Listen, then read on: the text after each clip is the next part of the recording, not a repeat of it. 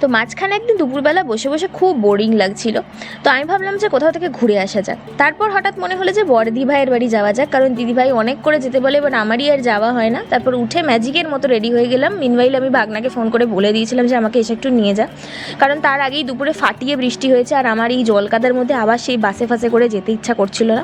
তাই রেডি হয়ে বেরিয়ে পড়লাম। আর ভাগনা বলেছিল তুই রেডি হয়ে বেরিয়ে আসিস, আমি আর বাড়িতে ঢুকবো না। তো এই যে স্যার এসে দাঁড়িয়ে আছে, আর এখন আপাতত বেরোই।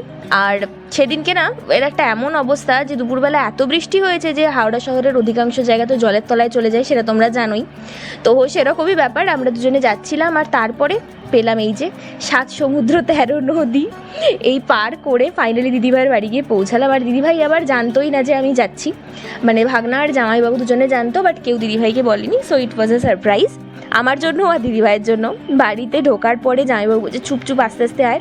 তো দুপুরবেলা দিদিভাই একটুখানি ঘুমিয়ে পড়েছিল, আর বেচারাকে ডেকে তুলতেও আমার খারাপ লাগছিল, কিন্তু কী করবো, ডাকতে তো হবে, আমি গেছি এতদিন বাদে।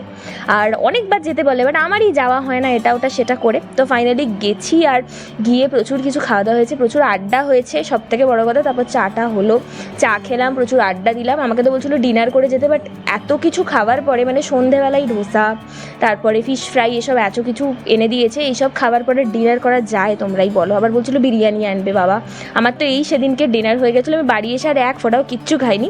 তো তারপর খাওয়া দাওয়া সেরে রাত্রি 9টা নাগাদ আমরা বেরিয়ে পড়েছিলাম। ভাগনাই আমাকে বাড়িতে পৌঁছে দিয়ে গেছিলো। এই হচ্ছে আমার দিদিভাই, মানে আমার জাট্টু দিদি, আমার বড়দি ভাই।